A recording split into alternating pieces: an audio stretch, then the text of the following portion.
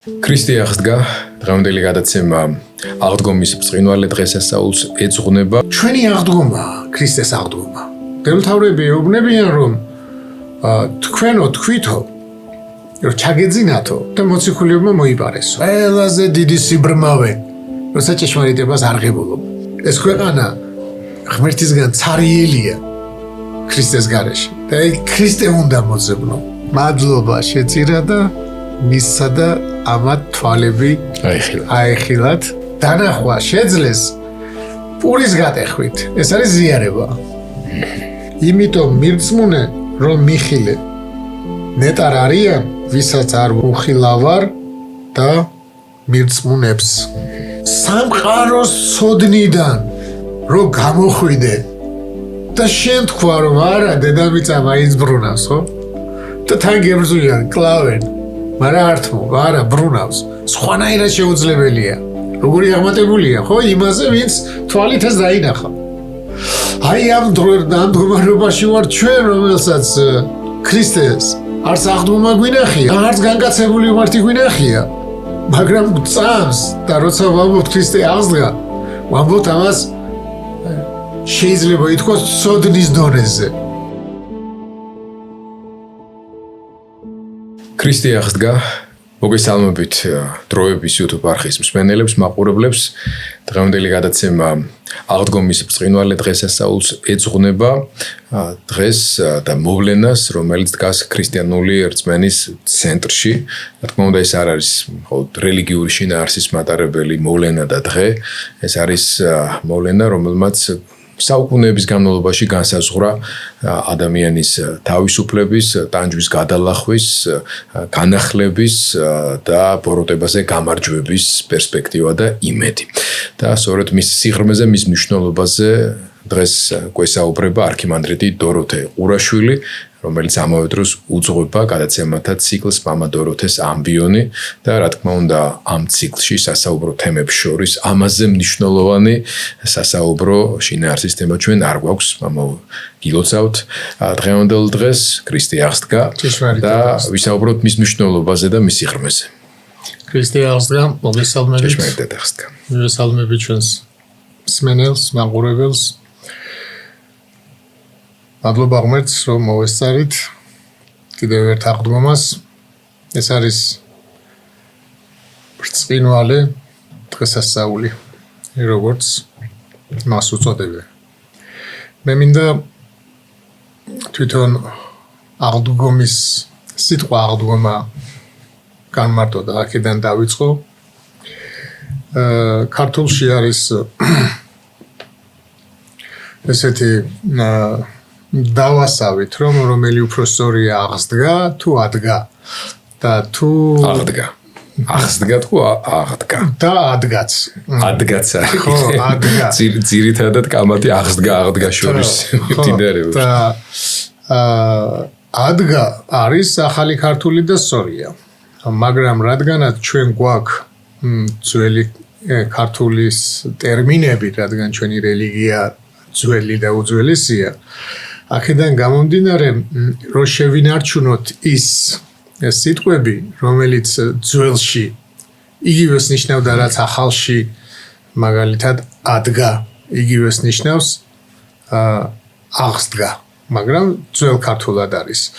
და ამიტომ ეს განცალკავებულ მოვლენას აღნიშნავს, როცა აღსდგას ვამბობთ და ეს კარგია. თუმცა ძველად ესე არ აღნიშნებოდა, ანუ არ ნიშნავდა რაღაც განსაკუთრებულს, ჩვეულებრივად ადგას ნიშნავდა და აი მაგალითად ტერმინი აღსდეგინ დიაკვანი ამბობს წირვის დროს. ეს ნიშნავს იმას, რომ წირვის დროს იჯდნენ და დიაკვანი მოუწოდებს, რომ რაღაც განსაკუთრებული მომენტი რო არის წირვაზე, ადექით ამას ნიშნავს. და ქართულში არის აღდგომა, მაგრამ სხვა ენაზე აღდგომას არ ეძახიან. ესეც ძალიან მნიშვნელოვანია, მაგალითად ბერძნები პასექს ეძახიან. ეს პასექი არის ებრაული სიტყვა, რაც პასახიდან მოდის, ნიშნავს გვერდის ავლას. რუსებიც პასექს ეძახიან და ჩვენ აღდგომას ვეძახით. ეს გვერდით ავლა ნიშნავს რომ როდესაც ღმერთმა უთხრა მოსეს შესაწირავის ყოვლა დასაწველის შესაწირის დაკლა და იმის სისხლის წირთხლზე წასმა და სადაც ეს იქნება წასმული სისხლი იმ სახლს გვერდს აუვლი და იქ არ მოკვდება არც ერთი პირველშობილი ბავშვი და ეს იყო ბოლო განსაცდელი ეგვიპტისთვის როცა პირშოები დაეხოცა და თვითონ ფარაონის პირშოც კი მოკვდა და აი ებრაელებს რო გვერდი აუარა და ყველა ცოცხალი რო დარჩა ამის აღნიშნული იყო ეს პასექი რასაც ზეიმობდნენ და რომელი ზეიმის წინ მაცხოვარი ჯვარს აცვეს და ქართულად ეს პირდაპირ არის ანუ პირდაპირ ქრისტეს აღდგომაზეა ქრისტეს ადგომაზე ანუ ქრისტე რო აღსდგა მკვდრეთით ამ სახელს ვეძახით ეხლა რა მნიშვნელობა აქვს რატოა ბრწყინვალე აღდგომა მაგალითად შევადაროთ ქრისტეს განკაცება შობა და აღდგომა ქრისტეს განკაცება ძე ღვთისას განკაცება არის კაცობრივი ბუნების გამოხსნა ქრისტემ კაცობრივი ბუნება თავის თავშივე გამოხსნა ანუ გამოიხსნა შეიერთა და ქრისტეს კაცობრივი ბუნება შეერთების წამიდანვე არის გამოხსნილი მაგრამ მხოლოდ არის ის კონკრეტული მხოლოდ ის კონკრეტულად ეხლა ეს რომ ამით დამთავრებულიყო ღმერთის განკაცება მაშინ ის იქნებოდა გამოხსნილი მაგრამ ჩვენ არა და ამიტომაც არის რომ თუ ვიტყვით საოცრებათა საოცრება არის შობა ანუ ღმერთი რო განკაცდა მაგრამ გამოხსნის თვალსაზრისით ბრწყინვალე და საოცრება არის აღდგომა იმიტომ რომ ჩვენ აღვადგინა პასექი ასევე ნიშნავს გამოსვლას გვერდისავლას და გამოსვლის მნიშვნელობითაც ეგვიპტიდან გამოსვლის მნიშვნელობითაც ხმარობთ ამიტომ ჩვენი აღდგომა ქრისტეს აღდგომა ჩვენ აღვადგინა ადამიანი განწმინდა ადამიანი აღადგინა და ამას ემსახურებოდა განკაცებაც ამიტომ ბრწყინვალე და დიდებული იმიტომაც არის რომ ყველაფერი რაც მოხდა ქრისტესთან ემსახურებოდა ამას რომ ადამიანი აღედგინა ადამიანი გამოეხსნა და ადამიანი გამოეყვანა ცოდვისგან და აქედან გამომდინარე აღდგომა არის უდიდესი მოვლენა კაცობრიობის ისტორიაში როდესაც ჩვენ განვიხილავთ ნებისმიერ სხვა რელიგიებს არც ერთი რელიგიის დამაარსებელი არ მობრუნებულა უკან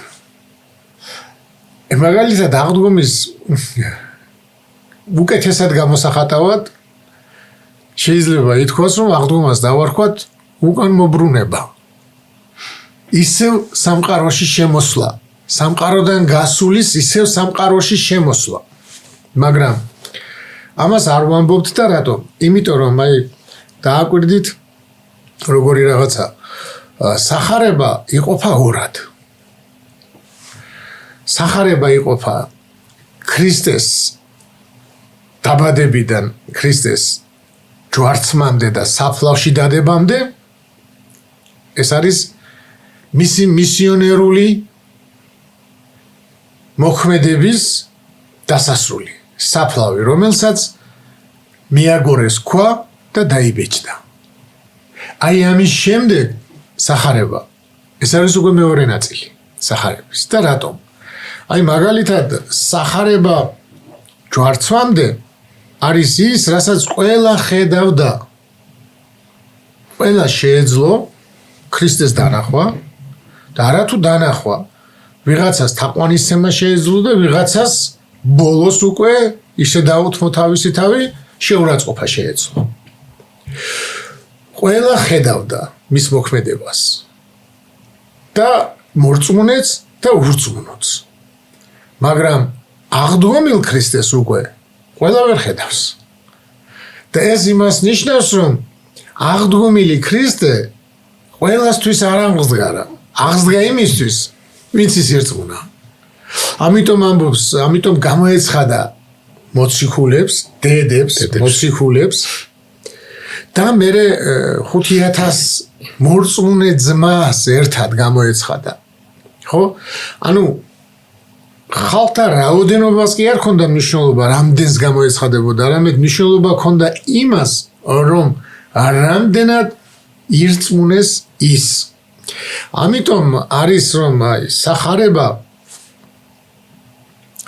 პირველი სახარება არის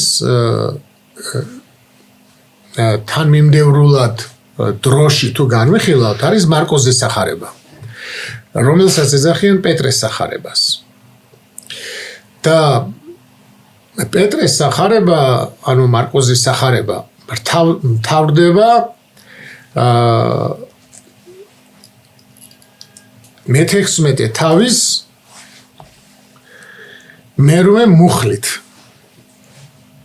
ანუ ორიგინალში, თუმცა მერე არის დამატებული.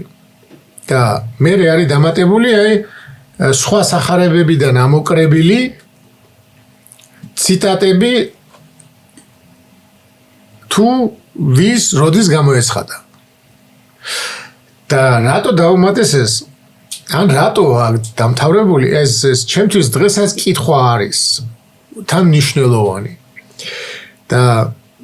და გამოვიდნენ დედებზეა საუბარი.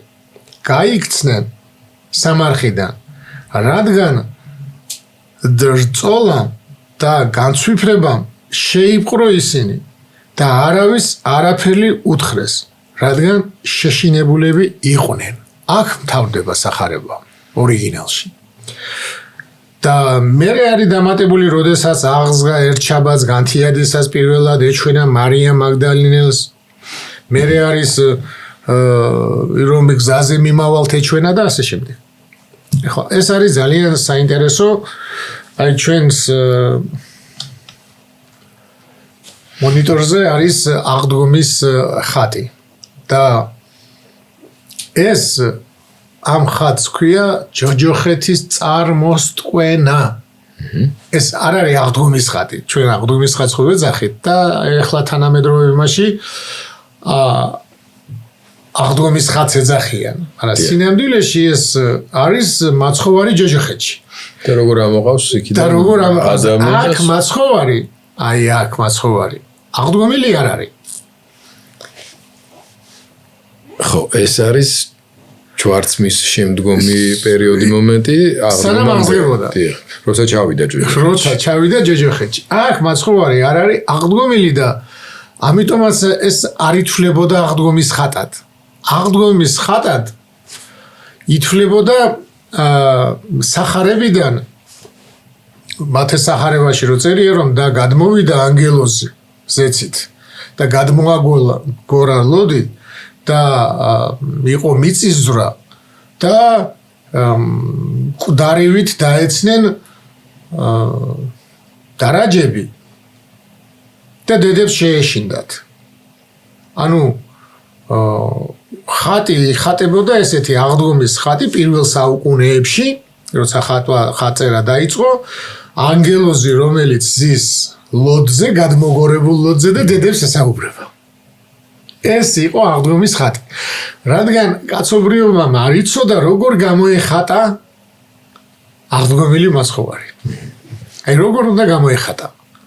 იმიტომ რომ აღდგომილი მაცხოვარი თვითონ სხვადასხვა სახით ეცხადებოდა მოციქულებს. მარიამს როგორც მებაღე ისე გამოეცხადა და იმაში წერია რომ ლუკას სახარებაში კლეოპა რომ მიდიოდა ამბობენ ეს თვითონ ლუკა იყო ემაოს გზაზე მაშინ მწირის სახით გამოეცხადა. მწირი ეს ძველი ქართული სიტყვაა და ნიშნავს უფრო სწორი იქნება უცხოელი უსახკარო. ტურისტს არ ნიშნავს, ახლა ტურისტები და ეს მდიდრები რომ მოგზაურობენ და რაღაცა ეს არა. არამედ უცხოელი, რომელსაც ამ ჩვენს ქვეყანაში სახკარი არ აქვს. აი ამ სახით გამოეცხადა. და მოციქულები ზუსტად იმას აღწერდნენ, როგორ ხედავდნენ მას. აი როდესაც მცველები იყვნენ მღვდელმთავრების მიერ დაყენებული.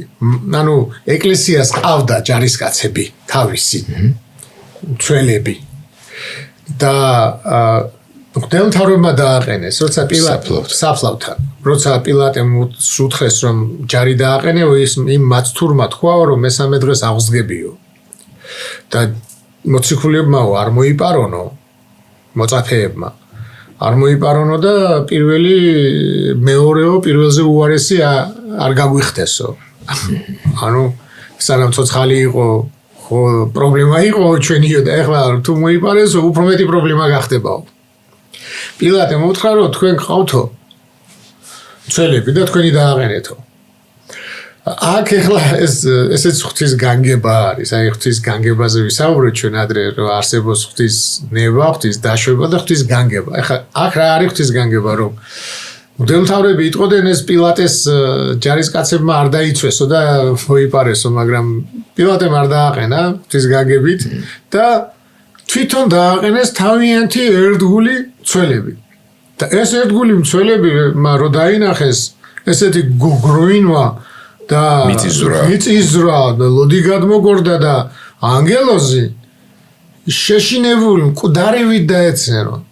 და ახაც საინტერესოა რომ აქ დგას კაცობრიობიდან ორი სახე ადამიანების, ერთი დედები რომლებსაც ქრისტე უყვართ, იმათაც ეშინიათ, მაგრამ არ გარბიან ანგელოზი ესაუბრება, ესენი მკვდარივით დაეცნენ. ეს არის როცა ადამიანს ეცხადება ღმერთი და ადამი შეშინებული გარბის უკვე. ეს მცველები რო ურწმუნოები და ასე შემდეგ, ამათვის სიკვდილია ანგელოზის ნახვა და დედებისთვის არის შიში, ჯერ, იმიტომ რომ ჯერ აღდგომილი მაცხოვარი არ უნახია, მაგრამ ესაუბრეთ, თავდახრილები არიან, მაგრამ უსმენენ. იმიტომ რომ ქრისტეზე აინტერესებთ. და აქ სხვათა შორის ამ მცველებზე დავასრულებ და მე ვიტყვი მაგას. მოკლედ ეს მცველები მივლენ და უთხრეს რომ ესე მოხდაო. და მღვდელმთავრები ეუბნებიან რომ თქვენო თქვითო რომ ჩაგეძინათო და მოციქულებმა მოიპარესო. და თუ ესო მთავარმა გაიგო, მაგასო ჩვენ მოვაგვარებთო. და ვერცხლი მისცაო. აი ეს არის ძალიან საინტერესო. ვერცხლი მიცეს დიდძალი. რომ ასე ეთქვა. ტყუილი ეთქვა. ტყუილი, ხო. მაგრამ ეს ტყუილი ახლა საშიში იყო მათთვის. რატომ მიცეს ვერცხლი? იმიტომ რომ თუ ჩაეძინათ და ქრისტე მოციქულებმა, ანუ მოწაფეებმა მოიპარეს, ამათმა თავიანთი საქმე ვერ შეასრულეს და სიკვდილი დაჟეელოდებოდათ. დაჟიდნენ შეეძლო პილატეს ესენი სიკვდილი დაესაჯა. იმიტომ თავიანთი საქმე ვერ შეასრულეს. აი მაგალითად პეტრე რომ გაათავისუფლა ანგელოზმა ციხიდან. მცველები, რომლებიც პეტრეს ეყენა, მოკლეს. სიკვდილი დასაჯა ჰეროდემ. და იგივე ელოდა ამათაც. და ამასო ჩვენ ჩავაწყობთო. ჩვენ ვეთქვითო რომ არა უშავს რაღაცა ვარდაგსაჯო. ხო, ანუ ამათმა თავიანთი ისეთი მოწმობა თქვეს, რაც თავიანთი თავის საწინააღმდეგო იყო. მაგრამ ისინი შეპირდნენ რომ არ დაგჟიან, ნუ გეშინიათ, აი ასე გაავრცელეთ, იმიტომ რომ რასაც ისინი ამბობდნენ, ანგელოზი გადმოვიდა, საფლავიც არიელია, ეს არ აწყობდათ. ველთავრეს, იმიტომ რომ მართლა აღსდგა. და ახაც რა საინტერესო ის არის, რომ ხო აღსდგა კაცო. ხო გაიგე. და თქვი რომ შემეშალა, ხო? შეუნდობდა ღმერთი. აი მწავს რომ ეთქვა, მართლა აღსდგა? კიო ასე იყო, ხო ეტყოდნენ, ჩვენები თავისიანები იყვნენ, ხო არ იყვნენ ეს მოწაფეები და ქრისტესიანები, თავისიანები იყვნენ. და უი ეს ვინ მოგვიკლავს? ცხონდებოდა ყველა. ვინც ამას იტყოდა? იმ მღვდელმთავრებიდან. ყველა გადარჩებოდა. მაგრამ არა დამალე და არავის არ უთხრა ტყუილი თქვით, აქ უკვე ეს არის ყველაზე დიდი სიბრმავე, როცა ჭეშმარიტებას არ ღებულობ. და იმაზე მინდა გავამახვილო ყურადღება, რომ როდესაც მარიამ მაგდალინელს ეცხადება მემტილე, ანუ მებაღე. და კლეოპას ეცხადება როგორც წირი. და ეს ძალიან მნიშვნელოვანია. ახლა მებაღე რას ნიშნავს? სადღაც მაქვს წაკითხული, რატო დაარქვეს ევროპული წარმოშობის არის სიტყვა ბაღი, თვითონ ბაღი კი არა, ბაღი თურქულია, მაგრამ საბავშვო იქ სადაც ბავშვები იკრიბებიან, იმ ადგილს ბაღი ქვია. და სინამდვილეში ბაღი ნიშნავს იქ სადაც ხეხილია. ხეხილს ნიშნავს. და რატო დაარქვესო საბავშვო ბაღი? და ესეთი განმარტება არის, რომ ბაღი იმიტომ დაარქვეს, რომ მებაღე მსხალს თუ ვაშლს ბუნებას არ უცვლის. მებაღეს მოვალეობა არის, რომ რტოების ის ზედმეტი ნაწილები მოაშოროს, რაც ნაყოფის გამოღებაში და ნაყოფის სრულყოფაში უშლის ხელს. მაგრამ ბუნებას არ უცვლის. ანუ სხვადასხვა ბუნების ადამიანები ხო არსებობენ.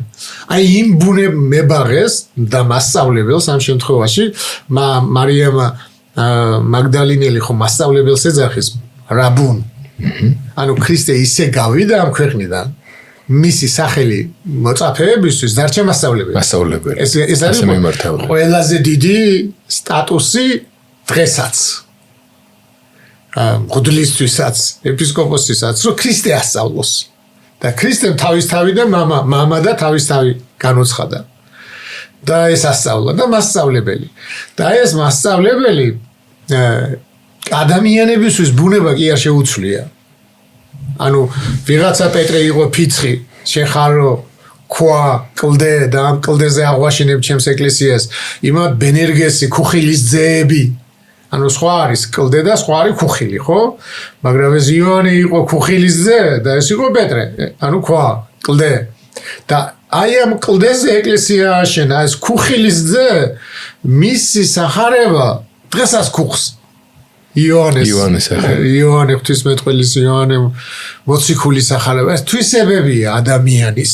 და სახელი ებრაელებისთვის მე ადრეც მithქვამს, უდიდესი მნიშვნელობა ჰქონდა. სახელს, იმიტომ რომ სახელი გამოხატავდა ადამიანის ბუნებას.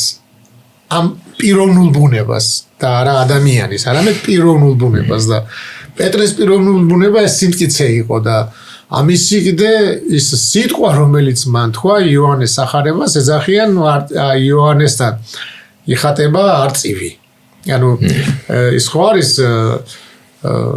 მათესთან იხატება ანგელოზი, ადამიანი ანგელოზი, ლუკასთან იხატება ხარი, მარკოსთან იხატება ლომი და იოანესთან გვერდით იხატება არწივი, რომელიც ზეციდან არის, ზეციდან მოდის, იმიტომ რომ თავდაპირველად იყო სიტყვა იყო ღმერთთან და სიტყვა იყო ღმერთი და ნუ საოცარი რომელიც არამიწიერი, არამედ იმქვეყნიური სწავლება და ეს არის ქუხილის ძე. ამიტომ მასწავლებლის მთელი ვალდებულება არის, რომ ის ბუნება ქუხილი ქვატი არ უნდა აქციოს. აი ამ ქუხილს ხელი უნდა შეუწყოს, რომ მან შეძლოს როგორ თქვა ქუხვა გაანათოს სამყარო. ეს რო შეძლოს თავის თვისებაში საუკეთესო გამოვლინება. თავის თვისებაში საუკეთესო გამოვლინება. მეორე არის მწირი.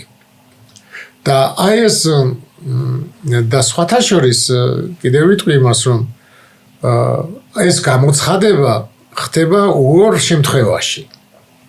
პირველი, როცა მარიამ მაგდალინელმა იხილა მაცხოვარი, იხილა იმის გამო, რომ არ შორდებოდა საფლავს, წიროდა და ეძებდა. და ეცხადება აღდგომილი ღმერთი. ეს არის ახლა ადამიანის ქრისტიანის ყველაზე მთავარი თვისება. ტირილით, არდანებებით ძებნა ქრისტესი. ცარიელ საფლავს რო არ შორდები. ეს ქვეყანა ღმერთისგან ცარიელია ქრისტეს გარეშე. და ქრისტე უნდა მოძებნო. აღდგომილი ქრისტე და ეს ძალიან მნიშვნელოვანია, რომ რამხელა მოღვაწეობით ეძებენ ღმერთს მამები და პოულობენ. და სხვათა შორის სიმოღვთისმეტყველსა აქ ესეთი ისა, რომ აი რატო არისო რომ ღმერთიო ადამიანსო ეცხადებაო დიდი მოღვაწეობების მერე. მაგალითად განდეგილობა, ხბელ ლოგინზე წოლა, უძილობა, ლოცვა, მუდმივი ფიქრი ღმერთზე და მუდმივად ღმერთის ძებნა. აი ეს რაში ჭირდებაო ეს გარეგნული. განა ეს არისო, რაც ღმერთს მოგვაპოვებინებსო და არა. ეს იმისთვის ჭირდებაო, რომ რთულად მოიპოვოსო, რადგან რთულად მოპოვებულს ადამიანი რთულად კარგავსო, ანუ არ კარგავსო. და მარტივად მოპოვებულს მარტივადვე კარგავსო, რომ ვერ აფასებსო. ადამიანს ყველაზე მეტად უჭირს მოცემულობის დაფასება. აი მაგალითად, ვიღაცამ დიდრი შვილი რო არის და ეს სიმდიდრე როგორ არის მოპოვებული, იმას არ უტანჯია. სხვა პარალელი შეიძლება მოვიყვანოთ ამ დღეებში 9 აპრილო განწყობა არის და ქვეყნის დამოუკიდებლობის მოპოვების თუ შეწირულთა ასულებს ვიხსენიებთ მათ ღვაწლს, მათ დამსახურებას და იყო და დღესაც არის ეს საკამათოდ, რომ შეიძლებოდა ამების გვერდის ავლა და მაინც ინგრეოდა და ჩვენ და ასე შემდეგ და მაგის პასუხია ზუსტად ის, რაზეც ვბრძანებთ ახლა თქვენ, თავისუფლება უნდა ბრძოლით მოიპოვო და შემდეგ ის ადვილად არ დაგეთმობა. საერთოდ პირადი ღვაწლი და პირადი თავგანწირვა თუნდაც იქ ახალგაზრდა გოგონები მოკვდნენ, რომლებსაც შვილები არ ყოლიათ. ვერ მოასწრეს შვილთა ყოლა, მაგრამ მაგათ ძალიან ბევრი შვილი ყავთ საქართველოში. იმიტომ რომ აი ასეთი პირადი თავგანწირვა უფრო მეტ ადამიანს შობს. ვიდრე ადამიანს შეუძლია ადამიანის შორვა. ამიტომ მათი მემკვიდრეები ვარ ჩვენ. ყველანი ვინც დღესაც თავისუფლებისთვის ვიბრძვით. და ამიტომ ეს ქრისტეს თავგანწირვაც იგივე კი არა იქიდან იწყება, რომ ჩვენთვის თავგანწირულმა რამდენი ქრისტიანი შვა თავგანწირვა უფრო მეტ შობს. და შემდეგ არის მწირი. ეხლა ეს მწირი სად და როდის ეცხადება? ეცხადება გზაზე, ემაუს გზაზე. მაშინ როცა ორნი მიდიან და საუბრობენ ქრისტეს ჯვარცმაზე და იმაზე ცხარე საუბარი აქვთ. და ვიღაცა მწირი დაემგზავრება. რაზე საუბრობთ? რაზე კამათობთ? რაზე არისო თქვენი გული განხურვებული? შენო მწირი ხარო და ალბათ არიციო რა მოხდაო ამ დღეებში იერუსალიმში ესეო იესო ნაზარეველი, რომელიც იყო ესეთი კაცი, რომელიც ყველას როგორ შველოდა და როგორ როგორი დიდი იყო რომ ის ჯვარს აცვეს, მაგრამ ჩვენ მაინც მოველითო მისგან გამოხსნას. არიციან აღდგები იკითხვა, მაგრამ აღდგომამდე არის ეს ჯვარცმიდან აღდგომამდე. და ეს არის ზუსტად აი ქრისტეს გზაზე სიარული და ქრისტეს განხილვა. ჩვენ ხო გქონდა ლოცვაზე და იმაზე გონითი ლოცვა, რომელიც არის ქრისტეს სწავლების განხილვა. ესეც მუდმივი უწყვეტი ძიების პროცესის აღმოჩენა. უწყვეტი ძიების პროცესია. უკვე აქ მარიამი თუ პირდაპირ მას ეძებდა მიცვალებულს და ცოცხალი აღდგომილი მებაღე იხილ. აქ ესენი განიხილავენ ქრისტეზე რა მოხდა. თან გზადარიან. ხო და ეს წირი დაუწყებს მას სწავლებას. ეს საოცარია. დაუწყებს სწავლებას სახარენ ბიბლიიდან. იქო ასე წერიაო. მოსემ ხო ესე თქვაო. და როგორ ვერ გაიგეთო ესო? ძველი აღთქმიდან ეუბნება რომ ის უნდა მომკვდარიყო. და ის უნდა აღდგარიყო. და ეხლა აქ როგორი რაღაცა ესენი არიან ებრაელები, ადგილობრივები, მოწაფეები 70-განი და ვიღაცამ წირი ასწავლის თავიანთ რჯულს. უცხო. წირი თან უსახკარო. ესენი იმას კი არ ეუბნებიან, შენ ხარ ვინ გეკითხება? ან რა იცი? შენ რა იცი? არამედ უსმენენ რამე იქნებ გაიგონ ქრისტეზე. თვითონაც ხო მწყურვალები არიან, უსმენენ და ეს რაზე მეტყველებს იცით რომ აი შეიძლება ვიღაცამ გითხრას. აი წმინდა მამებს აქვთ ესე რომ შეიძლება ღვთისნება ბავშვმა განგიცხადოს, ოღონდ ყური დაუგდეო. ამიტომ როცა ადამიანები რაღაც ერარქიულობას რომ მიაღწევენ, უჭირთ მერე სხვისგან რაღაცის მიღება და ყველაფერს ღებულობენ როგორც რაღაც წინააღმდეგობას და მებრძვის და კი არ გებრძვის, სწორი თუ გინდა ქრისტე თუ გაინტერესებს, ყველას უსმენ. არ იცი საიდან მოვა ის. ძალიან საინტერესოა კიდე აღდგომის დროს, ანუ პეტრეს და იოანეს და მოწაფეები რო თევზაობენ, იქ რო ეცხადება.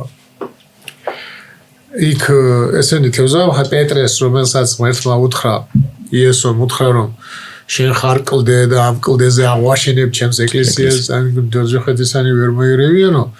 თევზაობენ და ბალღებოს ეძახეს ნაპირი და ვიღაცა. ამ ხელარგაცებს. ბალღებო, ბავშვებო. გაქვთ რამე საჭმელი? და იმათ მოუთხრეს არაო. ის კი არ უთქვა შენი ბავშვი ვინ არის? ვინ ხარ საერთოდ? როგორი სიმდაბლე ქონდათ. აი როგორ ბავშვს დაემსგავსეთო ხო უთხრა ქრისტემ და შეამოწმა. და იმსგავსენ თუ არა ბავშვს. რა ქრისტეს არ ჭირდება შემოწმება ისედაც იცის, მაგრამ ჩვენ გვაჩვენებს რომ როგორი ბავშვები ვით არიან მართლა და ბავშვს ეძახეს ვიღაცა კაცი ნაპირიდან ხო არ იცის პეტრემ ეს რო ქრისტეა. ეს მერე იოანე მიხვდება. უფალიაო. და პეტრე რო გადმოხდება ნავიდან და რო მიეგებება, მიეშურება ქრისტესკენ. და აი ესენი ისეთი ის არიან მონდომებით უსმენენ ამ წირს, რომ სახლამდე რომ მივლენ, ეს ასვლას აპირებდა, ანუ გაცილებოდა, ხო, თავისი გზა გაეგრძელებინა ამ წირს და ესენი არ უშვებენ. შემოდიო რა ჩვენთან. და არა წასშორი გზა მაქვს და ისო ღამე უკვე მზე ჩასულიაო, გვიანიაო და შემოდიო. ანუ ეხვეწებია. შემოპატიჟების მომენტია ვიღაცამ წირს. რომელმაც ესაუბრა ქრისტეზე და მის ხელიდან გაშვება არ უნდათ. ეს არის მოციქულობა, ეს არის მოწაფეობა, ეს ქართული სიტყვა მოწაფე მომწონს ძალიან, რომ დაწაფებული მოწაფე. სიმწიფესთანაც არის კავშირი. სიმწიფესთანაც არის და აი წყლის წყურვილთან არის. წყალს დაეწაფა. ანუ რომ წყურია, სიტრფელესთანაც შეიძლება იყოს. ბევრთან, მაგრამ ეს მოწყურება მომწონს. ის იმიტომ ქრისტიან მოწაფეობა აი ქართული სიტყვა მომწონს კიდე კითხვა, თუ დაფიქრებულ ხარ, კითხვა. ანუ კითხვა დაუსვი, ხო? აი კითხვა დაგისვი. ანუ შეგეკითხე, ხო? და წიგნი წავიკითხე. ანუ შეკითხვა და წაკითხვა რაღაცის გაგებსა. ერთი და იგივეა, იმიტომ რომ წიგნს ოსაკითხულობ უნდა ეკითხებოდე წიგნს. რაღაც უნდა გაინტერესებდეს, შენი კითხვა უნდა გქონდეს. კითხვა ნიშნავს, აი კითხვა. ანუ კითხვას უსმევ მესახარებას, უსაკითხულობ. მაინტერესებს რაღაცა. ხო და არ უშვებენ ქრისტეს. უბრალოდ ამ წირს. და შევარეს, კარგიო. და პურს რო გატეხავენ, აიღო ამ წირმა პური და გატეხა. მადლობა შეწირა და მისცა და ამათ თვალები აეხილათ და ნახეს რომ ეს არის უფალი. და წავიდა უფალი. მაგის შემდეგ უკვე არ უნახიათ. ანუ აღდგომილი ეჩვენა, ანუ წირის სახით, მაგრამ პურის გატეხვის შემდეგ დაკარგეს, ანუ ეს ხედვა დაკარგეს, მაგრამ აღდგომილის დანახვა შეძლეს პურის გატეხვით. ეს არის ზიარება. ანუ ზიარება იმისთვის არის, რომ შენც აღსდგე და აღდგომილი ღმერთი იხილო. და ყველაზე ვრცლად აქვს აღდგომა განხილული იოანეს. იოანეს აქ აღდგომა განხილული ყველაზე ვრცლად, იმიტომ რომ ყველგან იოანეზე ესე ამბობენ, რომ წაიკითხა სამივე სახარება. იოანე ყველაზე გვიან გარდაიცვალა. და სამივე სახარება წაიკითხა და რაც აკლდა, რაც არ იყო მოთხრობილი, იმადზე გამახვილა ყველაზე. იყო მოთხრობილი ყველგან არის აღდგომაზე. გარდა მარკოზის სახარებისა, მათეს სახარებაში არის, ლუკას სახარებაში არის, მაგრამ იოანე ყველაზე ვრცლად მოგცა ეს აღწერილობა აღდგომის და აი იოანეს სახარებაში არის ახლა სახარება რო განვიხილოთ უკვე დღეს ცოტა შეიძლება ვრცელი გამოგვივიდეს, მაგრამ აღდგომაა იმსახურებს. აღდგომაა და აღდგომაზე საუბარი ინტერესით გვისმენს მსმენელი.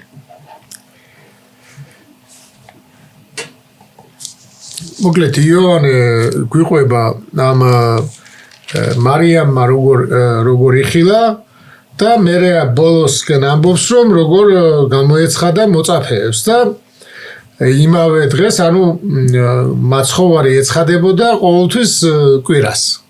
იმიტომაც არის კვირას წირვა. წირვა არის ყველაზე დიდი მსახურება და ეს ყველაზე დიდი მსახურება ყოველთვის არის კვირას. და კვირას ხო ნახეს ანუ აღდგომილი დედებმა და მეორე კვირასაც უკვე მოწაფეებთან მიდის. და ძალიან საინტერესო არის მასაც განვიხილო მე მიჭირდა ამის გაგება რომ დედებსაც ეუბნება რომ უთხარიო ჩემს ძმებს რომ მიხილავენო გალილეას წინ გიძღვით გალილეას. წინ გიძღვით ეს რას ნიშნავდა და ნიშნავს ესეთ რაღაცას. სანამ თქვენ გალილეაში მიხვალთო, მანამდე იქ ვიქნებიო მე. ანუ თქვენზე ადრე მივალო. ეს იყო ნუგეში, რომ არ დააყოვნებდა მათზე ადრე, სანამ ისინი მივიდოდნენ ის დახვდებოდა იქ და აღდგომის ხატზე ამას არ აქვს, მაგრამ იხატება წმინდა გიორგის ხატზე იხატება ეს აფრიალებული შესამოსელი. აღდგომის ხატზე ხშირად არის ეს ჯოჯოხეთში რო ჩადის და აფრიალებული იელქანევით რო არის. ხო, იელქანევით რო არის და ეს ამას აქვს თავისი დატვირთვა, რომ ეს სისტრაფის ნიშანია. ჩქარობს. ანუ ჯოჯოხეთში რომ ჩავიდა, ჯერ ერთი ჩასვლას ჩქარობდა რომ ამოეყვანა. და მე ამოსვლას ჩქარობდა რომ მოციქულები არ დაბკოლებული იყვნენ, შიშით იყვნენ, შეწუხებულები იყვნენ, მოძღვრის სიკვდილით და ამიტომაც არის მესამე დღეს აღსდგა, მაგრამ 3 დღე არ იყო. მესამე დღეს აღსდგა. თან დილით. 2 დღე და რაღაცა გამოდის და ეს ხო არის რომ წინასწარმეტყველების 3 დღეო და რატომ არისო ესა და იმიტომ რომ ეს დროც შეამცირა უფალმაო მოწაფეების სიყვარულიდან გამომდინარე რომ ისტრაბდა მათთან მოსვლას რომ ვინც მის გამო ტიროდა მათთან რომ მოსულიყო სწრაფად რომ არ ეტირათ და დროულად ეცა ნუგეში დროულად ეცა ნუგეში და იესოს გამოცხადება დავშალო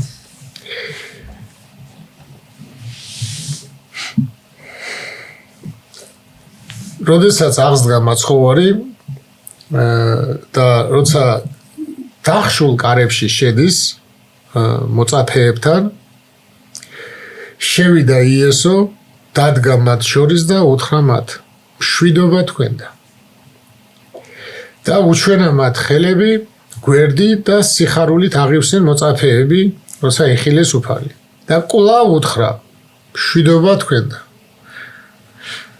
ეს ორჯერ მშვიდობა არის ძალიან საინტერესო ეს მშვიდობა არის შალომ შალომ ნიშნავს როგორც მშვიდობას ისე ნიშნავს ღმერთთან სიახლოვეს რელიგიურად ღმერთთან სიახლოვეს გაგება ქონდა ყოველთვის შალომ ნიშნავდა რომ აი ღმერთთან ახლოს იყავი სურვილი ხო არის როგორც აი გამარჯვებას ჩვენ ვამბობთ სურვილია საერთოდ მისალმება ყოველთვის სურვილია რუსებსაც მაგალითად ჯამთელად იყავი და ებრაელებს ჰქონდათ ღმერთთან ახლოს იყავი ეს ერთ-ერთი დატვირთვა გამარჯვებაზეც ახსენეთ ხართუმ რომ იქაც მარჯვნივ უბრალოდ გამარჯვება სადღაც გამარჯვება კი არა მარჯვნივ მოხვედრას ანუ სურვილია ეს რომ ღმერთის მარჯვნივ მოხვდეთ ეს გამარჯვებაც შეიძლება შალომის ქრისტიანული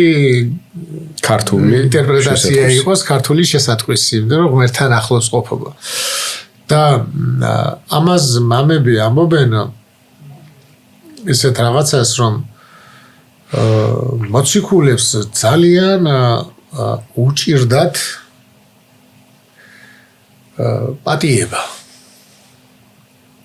პატიება მათი მოძღვრის მათი მოძღვარი რო ჯვარს აცვეს წარმოიდგინეთ ახლა როგორი გაღიზიანებული იქნებოდა პეტრე იმ ადამიანებზე ეს ყური რო ჩამოათალა ჯერ დაჭერილი არ იყო მაცხოვარი და მაცხოვართან მოსულებს ყური ჩამოათალა იმ მონას ზოგიერთი ის არის რომ რასაკეთებთ ხო ნუ და ბუნებრივია ახლა ქრისტეს როგორ შეიძლება აი რა გააკეთა ქრისტემ რო შენ დაიჭირო და მოკლა და აფურთხო ხო ხოდა პეტრესთვის როგორი გაუგებარია და როგორი გაღიზიანებულია და ამიტომ ეუბნებაო რომ ეს მშვიდობა ორმაგი მშვიდობა ჭირდებოდათ მოციქულებს რომ დაენახათ ეს იყო ღვთისგანგებულება და არ გაღიზიანებული იყვნენ იმადზე პირიქით ეხადაგა მათთვის ეხადაგათ იმიტომ რომ იმათთვისაც მოვიდა იესო ვინც ჯვარს აცვა ის და ამიტომ ეს სიმშვიდე ხო ხედავთ მოვედი ცოცხალი ვარ ეს იყო ღვთისგანგება ჩვენ ადრე ვისაუბრეთ ახლა ღმერთმა ასე რომ განაგო იმიტომ კი არა ცოტა ჯვარს რო აცმევდნენ მაგრამ ეს ღმერთმა იმიტომ დაუშვა რომ გამოეხსნა სოფელი და სიმშვიდე ჭირდებოდათ იმისთვის რომ არ მოძულებოდათ ადამიანები და ის მისია შეესრულებინათ რომელიც მათ მაცხოვრის მიერ დაეკისრათ დიახ და როდესაც მაცხოვარი ეცხადება მოციქულებს აქ არ არის თომა ესე ძალიან საინტერესოა. ეხლა ამ გამოცხადების შემდეგ და უფრო ჯერ ამას ვიტყვი და როცა უთხრა მათ მეორემ მშვიდობა თქვენ და როგორც მე მომავლინა მამა მეც მიგავლენ თქვენ. აი ეს დღეს განსაკუთრებით არის ესეთი მოძღვრება, მოდი სახელი არ დავარქვათ, რომ თითქოს იესო ქრისტე არის ჩვენი შუამავალი და ღმერთსა და კაცს შორის შუამავალი არ გვჭირდება. ზუსტად ღმერთსა და კაცს შორის შუამავალი არის კაცი იესო, მაგრამ იესოსთან შუამავალი არის მოციქულები. აი ჩვენ ხო ახლა სახარებას რო ვკითხულობთ და გონია რომ ეს რაღაცა თავისით მოვიდა და ეს ხო შუამავლების დაწერილია. იესოს ხო არ დაუწერია. მოციქულებმა დაწერეს, ხო? დღეს ამბობენ რომ აიღე ბიბლია, წაიკითხე რაში გჭირდება შუამავალი, ანუ მოძღვარი. შუამავალი არის მოძღვარი. და ჩვენ ქრისტესგან მივიღეთ, მაგრამ მოციქულების მეშვეობით. ქრისტე მივიღეთ მოციქულების, ანუ შუამავლების მეშვეობით. შუამავალი არის, შუამავლობა არის მოციქულობა. როცა ქრისტემ უთხრა, როგორც მე მამა მომავლინა, ანუ მამის წინაშე შუამავალი, ანუ მოციქული, მოდი ესე ვთქვათ, მამის, არის იესო ქრისტე, ხო, კაცი. კაცობრიობასთან. ხო, კაცობრიობასთან. და კაცობრიობა, ანუ მოწაფეები, რომლებიც უკვე მოციქულები გახდნენ, არის შუამავალი ქრისტესა და კაცს შორის. რომელთა მეშვეობითაც ჩვენ გვეძლევა სულიწმინდა და იესო. ანუ სიტყვა ღვთისა. და შემდეგ ეუბნება ეს რო უთხრა სული შეუბერა და უთხრა მიიღეთ სულიწმინდა. ვისაც მიუტევებთ ცოდვებს მიეტევება. ვისაც დაუტოვებთ დარჩება. აქ ეს ახალი თარგმანია და ეს ვისაც დაუტოვებთ მათესთან არ წერია. ეს წერია იოანესთან და ამათ კარგი გაუკეთებიათ რომ იოანესგან გადმოიტანეს აქეთ. და ზოგიერთ თარგმანში პირიქით იოანესთან არის გადატანილი შეკვრა იქეთ. და ეს მე ვფიქრობ რომ იოანემ რადგან მათესთან ეს წერა შეკვრა იოანემ შეასწორა. მათეს სახარება თარგმანია და შეიძლება იქ თარგმანში რაღაც სიტყვა ესე გადმოიტანეს, მაგრამ მაგას არ ნიშნავს, მე ამას ვამტკიცებ და იოანესთან არის დატოვება.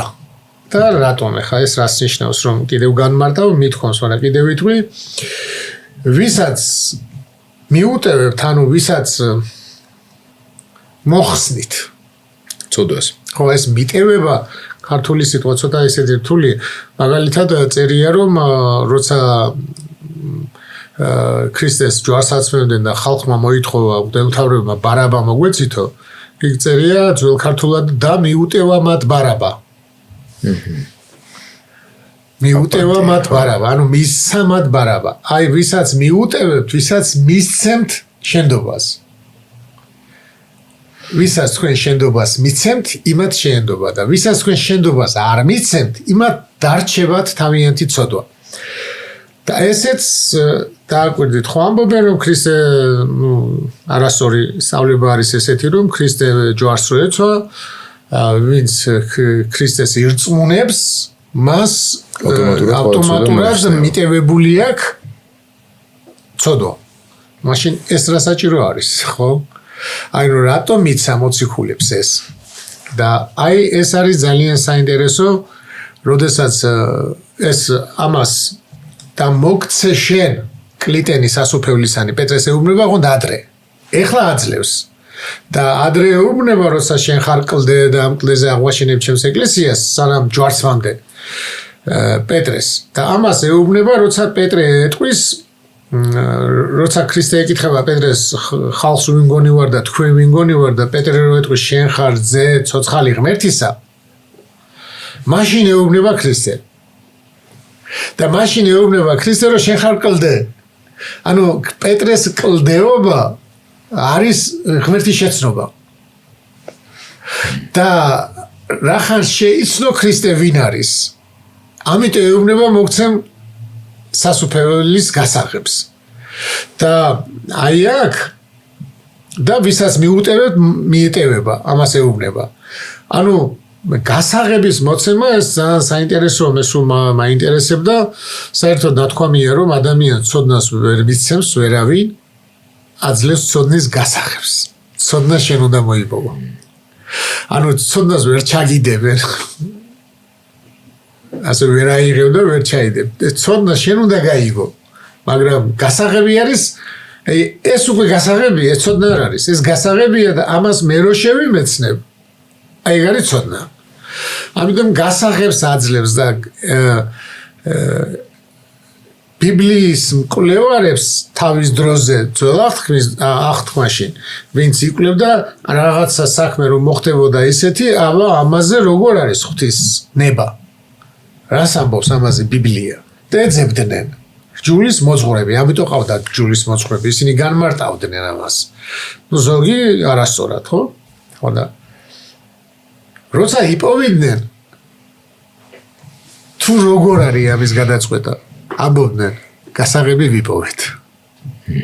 ესე იგი მოგცე შენ გასაღები, ეს არის ქრისტეს ცოდნა. ანუ ქრისტეს შეცნობა. ძალიან საინტერესო არის სოლომონის სიტყვები, აქ ბიბლია სახარებაში წერია, მოციქულებზე ამბობს, ვისაც ჩემი ხმა ესმისო, ვინც ჩემია, მას ესმისო ჩემი ხმა. და ისო შევა და გამოვაო და საძოვარს იპოვისო. ეს ძალიან რთულია, შევიდეს და გამოვიდეს და საძოვარი პოვოს. და სოლომონთან არის ესეთი რაღაცა, როცა სოლომონი თხოვს ღმერთი ეცხადება და ეუბნება მთხოვე რაც გინდა და მოგცემ და სოლომონი ეტყვის სიბრძნე მომეციო. და ღმერთს მოეწონება. და რადგან სიბრძნე მომცემო, მთხოვეო, სიბრძნესაც მოგცემო და სიმდიდრესაცო.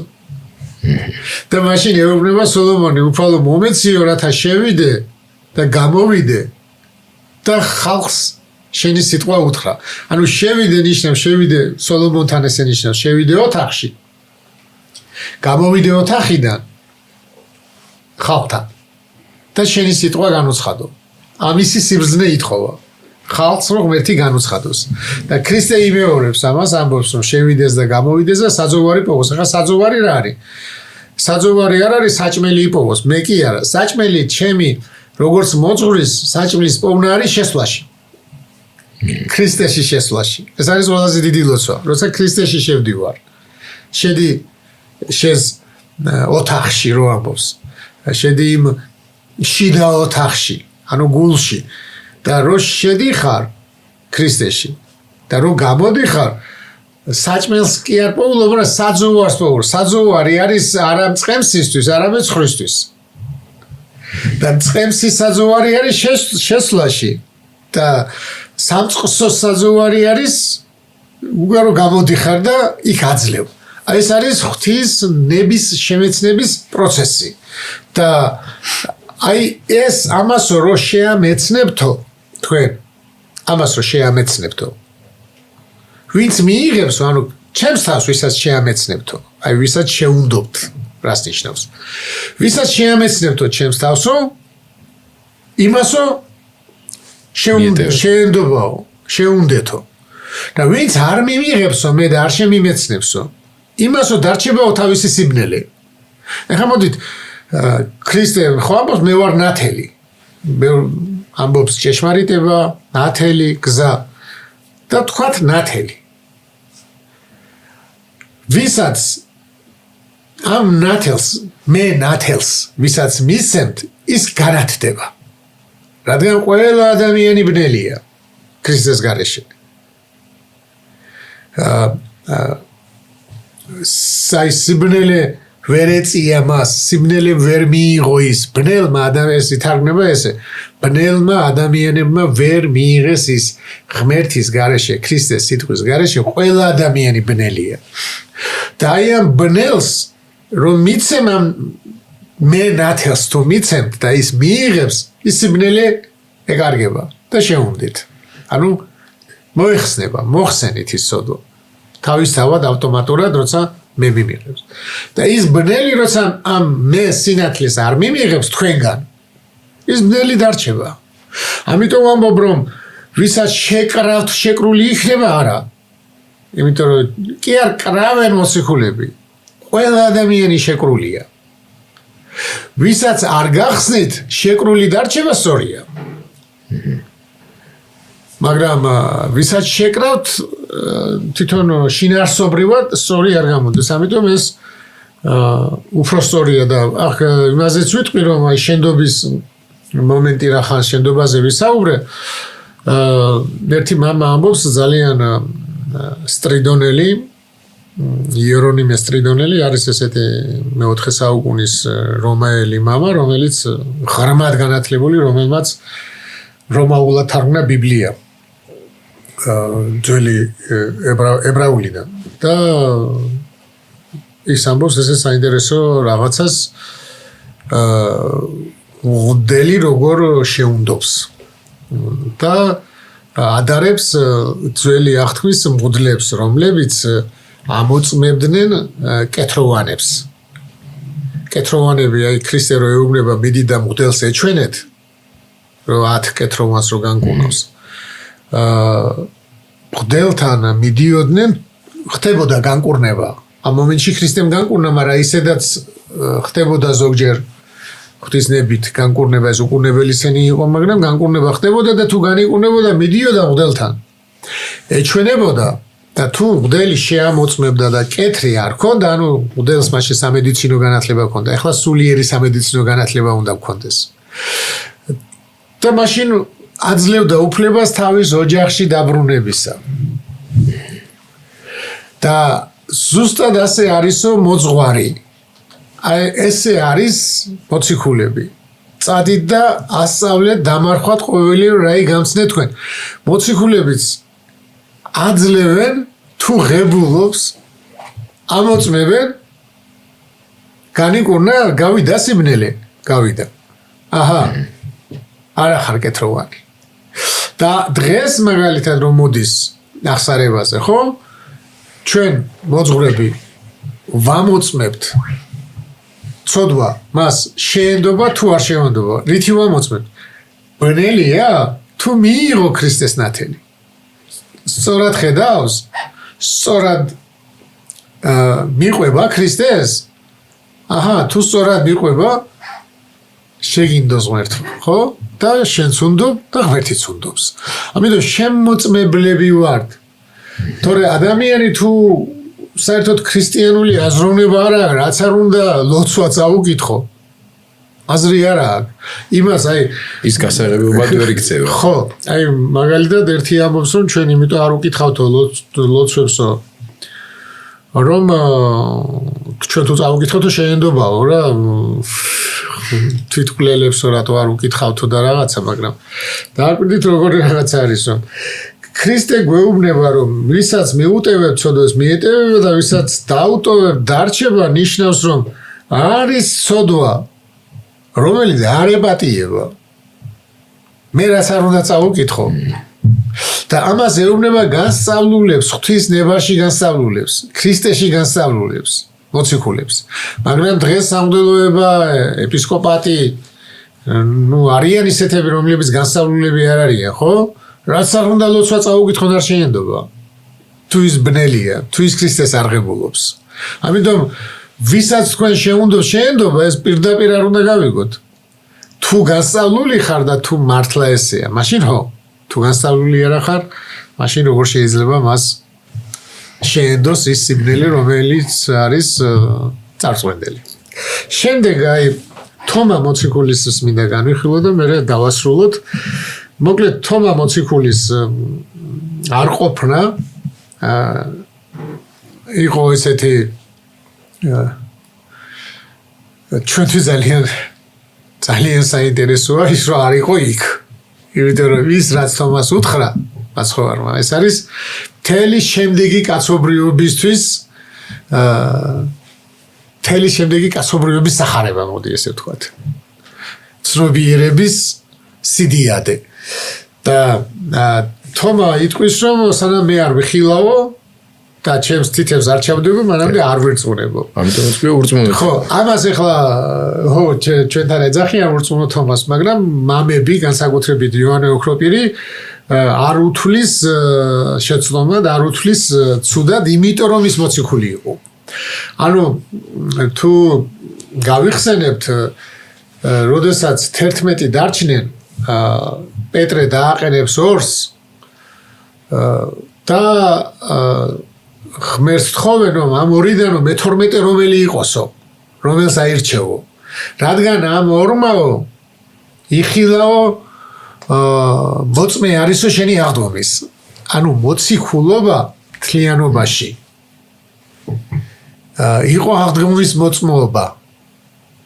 და მოციქულად ითვლებოდა ის, ვინც აღდგომილი ქრისტე იხილა. ვისაც აღდგომილი ქრისტე არ უხილავს, ის ავტომატურად მოწმე არ იყო მისი აღდგომის. თორემ მისი ცხოვრების მოწმე არ იყო საკმარისი. მისი აღდგომის მოწმე უნდა ყოფილიყო. ნახველი, აღდგომილი მაცხოვრების ნახველი უნდა ყოფილიყო.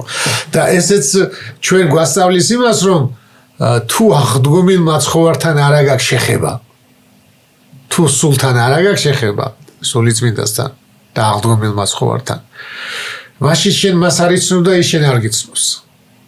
ამიტომ არის რომ შენი სახელით განა არ ვქადაგებდითო და ქრისტე ეუბნება არ გიცნობთო თქვენ და ეს მეორენაირად ითარგმნება, ახლა ქრისტე ყველას იცნობს, მაგრამ არასოდეს მიცვნი ხარ ჩემებად. იმიტომ რომ თქვენ არ მიცნობდით მე არასოდეს. ანუ როცა ქრისტეს სახელით მოქმედებ, ქრისტეს უნდა იცნობდე. ანუ ქრისტე იმათ ნანახი უნდა ქონოდა და ჩვენ გონებით, წმინდა წერილით, სულით უნდა ვცნობდეთ ქრისტეს. უნდა გქონდეს შეხება. ძალიან საინტერესო სიტყვებს ამბობს იოანე კიბის ამღწერელი. ძალიან საინტერესოა მოძღვარზე აქვს ესეთი წიგნი, პატარა წიგნია, ანუ ბერებზე არის და მერე არის მოძღვარზე სამი თავი და იქ ამბობს რომ მოძღვარი არ შეიძლება ის იყოსო ის ვინცო სხვისგან არისო განსწავლულიო და თვითონო გონებით შენახები არ არისო მასთანო სული, ანუ ღმერთი. თუ მის გონებასთან არ არისო ღმერთი შენახები. დასწავლული წიგნებითო თუ ასწავლის და არა ღმერთთან შეხებით, ის მოძღვრად არ ჩაითვლებაო რა, ჩემი სიტყვებით ვამბობ. ანუ რაც არ უნდა ისწავლო, თუ ღმერთს არ შეეხე, მაშინ შეუძლებელია მოძღვარი გახდე და შეუძლებელია ღმერთთან ღმერთის შეახო, ანუ ღმერთს შეახო ადამიანის გული, ადამიანის გონება თუ შენ არ ხარ შენახები. წიგნობრობა მხოლოდ მოძღვრობისთვის საკმარისი არ არის. არ არის წიგნობრობა, ხო ეს იმას კი არნიშნავს, რომ წიგნიდან არ იკითხო და წიგნით არის არასაკმარისი. საჭირო, მაგრამ არასაკმარისი. საჭირო, მაგრამ არასაკმარისი. და ეს იყო მოციქულობა. და თომა როგორც მოციქული არ იქნებოდა თუ აღდგომილ მაცხოვარს არ იხილავდა. ამიტომ ამბობს არ დავიჯერებ, მე უნდა ვნახო, მოციქული როგორ შეიძლება გახდეს თუ მოწმე არ არის. ხო არ იტყვა და ეხლა როცა იქადაგებდა პეტრე მითხრა ქრისტე აღსდგაო. ეს უკვე მოციქულობა არ არის და ამიტომ ამას არ უწუნებენ მამები პირიქით, მისი წყურვილი იყო. ესეთი წყურვილი აქ მოსე არის საოცარი, მე მოსე ცხოვრებაზე ვისაუბრო ჩვენ. საოცრება მოსესთან ის რომ მოსეზე არის ნათქვამი რომ ღმერთი მოყვებოდა როგორც სვეტი ღრუბლის ღმერთი მოსე კარავი დადგა მოშორებით, კარვებიდან მოშორებით, ხალხთან მოშორებით, ანუ განშორებულად დადგა და იქ ღმერთი ეცხადებოდაო და ახალ ბიბლიაში წერია ესაუბრებოდა როგორც კაცი კაცს და ძველში წერია როგორ ესაუბრებოდა როგორც მეგობარი მეგობარს. ნუ ორივე საოცრებაა. და აი ამ დროს ეუბნება მახილვინე შენი დიდებაო. აი მეტი დიდება რა გინდა, როგორც მეგობარი მეგობარს გესაუბრება, ხო? მაგრამ არ ძღება.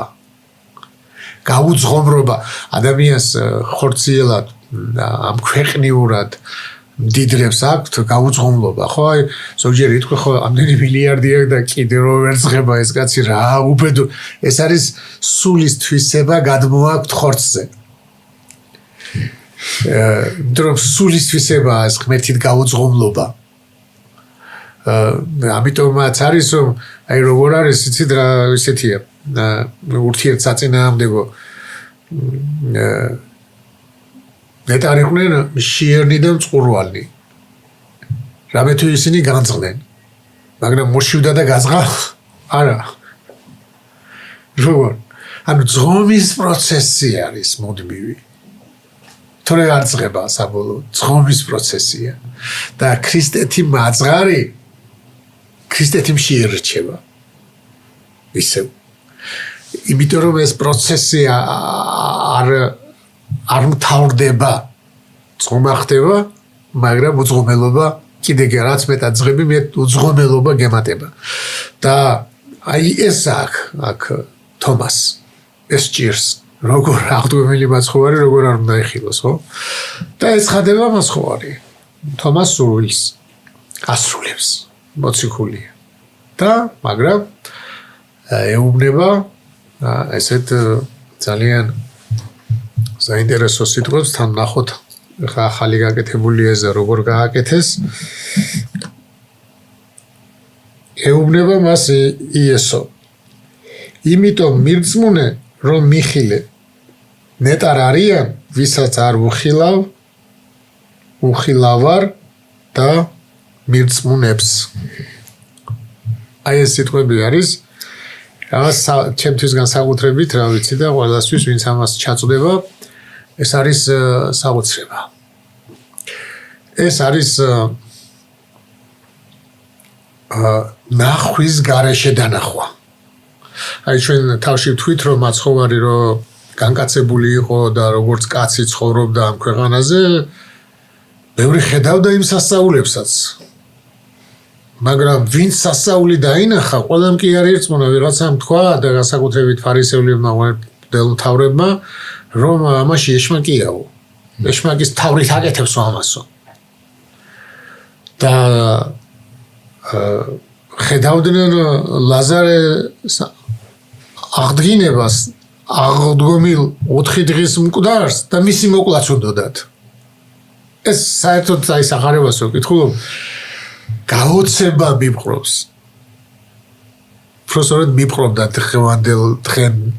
დღესაც რომ უყურებს ზოგიერთ მსახურს უკვე სახარება ცოცხლდება რა ჩემთან აი პირდაპირ ჩვენ ცხოვრება იქ ცხოვრობ სახარებაში ისე გაცოცხლდა ეს ყველაფერი დღეს ისეთი მოვლენებია და მაგრამ მაგაზე არ მინდა და მოკლედ როგორი ის არის ეს ახლა დააკვირდით ვინც ხედავდა და ვერ ხედავდა მაგრამ ჩვენ ვართ იმ პროცესში რომლებიც ვერ ხედავთ მაგრამ ხედავთ ეს არის წმენა რწმენითი ცოდნა რწმენითი ხედვა არის აი ეს ახლა როგორი რაღაცაა მაგალითად რო შევადარო დღევანდელ თანამედროვე ცივილიზაციას თანამედროვე ცივილიზაცია მისაღწევი გახადა ის რომ დედამიწა დაინახონ კოსმოსიდან და დაინახონ რომ ის სფეროა, მრგვალია, თუ როგორ არის და რომ ბრუნავს, ხო? ამ დღეებში ზუსტად. ხო, ამ დღეებში იყო ზუსტად ეს ვიზუალიზაცია მოხდა საინტერესო. მოხდა და ძალიან საინტერესო. მაგრამ ეხლა რომელი უფრო გონებით რომელი უფრო აღემატება, ვინც ეს მოაწყო და აფრინდა, ეს რა თქმა უნდა უდიდესი მეცნიერია, მაგრამ ეს რო საერთოდ თელი სამყარო როცა ამბობდა რომ დედამიწა ბრტყელია და ვინც თქვა არა დედამიწა მრგვალია და დედამიწა ბრუნავს მზის გარშემო როცა ხედავს რომ ზე ამოდის და ჩადის ენაშიც გვაქვს ხო მზე ამოვიდა მზე ჩავიდა მაგრამ თურმე ასე არ არის აი ამ სამყაროს ცოდნიდან რომ გამოხვიდე და შენ თქვა რომ არა დედამიწა მაინც ბრუნავს ხო და თან გებრძვიან კლავენ მაგრამ არ თმობ არა ბრუნავს სხვანაირად შეუძლებელია სხვანაირად შეუძლებელია წელიწადის დროები და ბევრი რაღაცა მოცემულობა აქედან ხდება, ხო? ანუ ამ მოცემულობით ხდება, რომ დედამიწა ბრუნავს, დედამიწა მგვალია. აი ეს გონება როგორ არის ახლა უხილავად. როგორი აღმატებულია, ხო? იმაზე, ვინც თვალითაც დაინახა. აი ამ მდგომარეობაში ვარ ჩვენ, რომელსაც ქრისტეს არც აღდგომა გვინახია, ისე როგორც მოციქულებმა ნახეს. და არც განკაცებული ვართ გვინახია, მაგრამ წამს და როცა ვამბობთ ქრისტე აღსდგა, ვამბობთ ამას შეიძლება ითქვას ცოდნის დონეზე. რატომ? იმიტომ რომ სხვანაირად შეუძლებელია. ამ მოვლენებიდან გამომდინარე, რაც სახარებაში აღწერილია, როგორც არის, რაც ქრისტემ თქვა, აი ეს გვაძლევს იმის რწმენას და ცოდნას, რომ ქრისტე აღსდგა. და ეს ჩვენ არათუ გწევს, არამედ ჯერა. ჭეშმარიტად აღსდგა, მამაო. დიდი მადლობა კიდევ ერთხელ მიულოცოთ ერთად ჩვენ მსმენელებს, მაყურებლებს, მიულოცოთ ეს ბრწყინვალე დღესასწაული. გამარჯვების, განახლების, იმედის დღესასწაული ქრისტიანული რწმენის ცენტრში ნამდვილად აღდგომის ბრწყინვალე დღესასწაული დგას, მნიშვნელოვანი სადღესასწაულო დღეები დადგა საქართველოში და უსურვოთ ყოველივე კარგი. მადლობა მინდა გითხრათ თქვენს და ჩვენს მაყურებლებს შევახსენო, რომ ისინი დროების YouTube არხის გადაცემათა ციკლის მამა დოროთეს ამბიონის მაგრამ ალბათ ყველაზე შინაარსობრივად და მნიშვნელობით ყველაზე საინტერესო გადაცემას უსმენდნენ და თქვენ შეგიძლიათ გადაცემათა ამ ციკლს თვალი ადევნოთ დროების YouTube არხზე ყოველ ხუთშაბათს 21 საათზე. მადლობა რომ ჩვენთან ერთად იყავით. გემშვიდობებით.